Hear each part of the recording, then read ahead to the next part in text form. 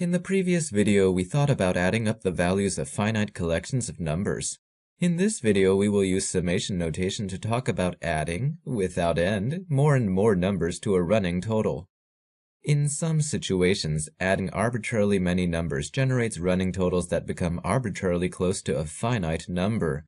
In other situations, adding arbitrarily many numbers generates running totals that exceed any finite number that can be conceived.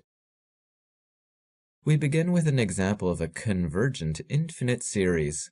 In this example, S labels the infinite geometric series. S equals the sum from k equals 0 to infinity of a constant coefficient capital A times r taken to the kth power. We enumerate k starting from 0 in increments of one integer step and increasing without end. If r is less than 1, each term in the sum is a factor r smaller than the previous. If we add only the heights of the first two bars, we get a smaller total than if we add instead the first three bars. Adding together the heights of more and more bars produces larger and larger totals. To see what happens as we try to add more and more bars without end, zoom out in the vertical axis so that the vertical bars representing the individual terms in the summation are visually short.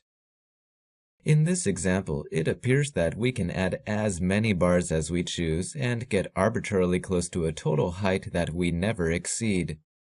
What value does our running total approach as we continue to add arbitrarily many terms one by one?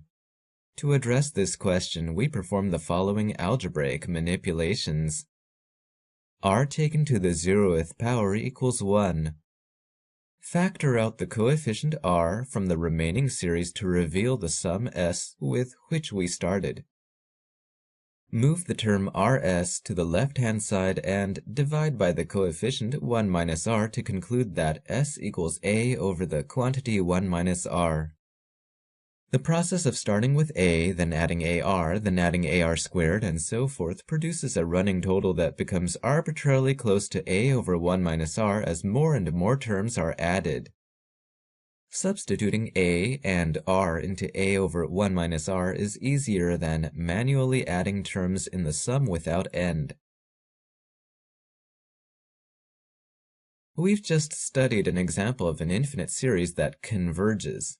Its running totals become arbitrarily close to a number, a over 1 minus r, as more and more terms are added. The condition, r is less than 1, means that terms in the series become successively small. As we will show by considering the harmonic series, running totals can become arbitrarily large even when individual terms in a sum become successively small. S is now the infinite harmonic series, namely the sum from k equals 1 to infinity of 1 over k, which is 1, plus 1 over 2, plus 1 over 3, plus 1 over 4, and so forth.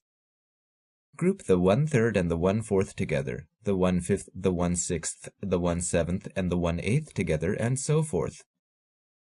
Term-by-term inspection shows that S is larger than another series, 1 plus 1/2 plus 2 copies of a quarter plus 4 copies of an eighth, and so on.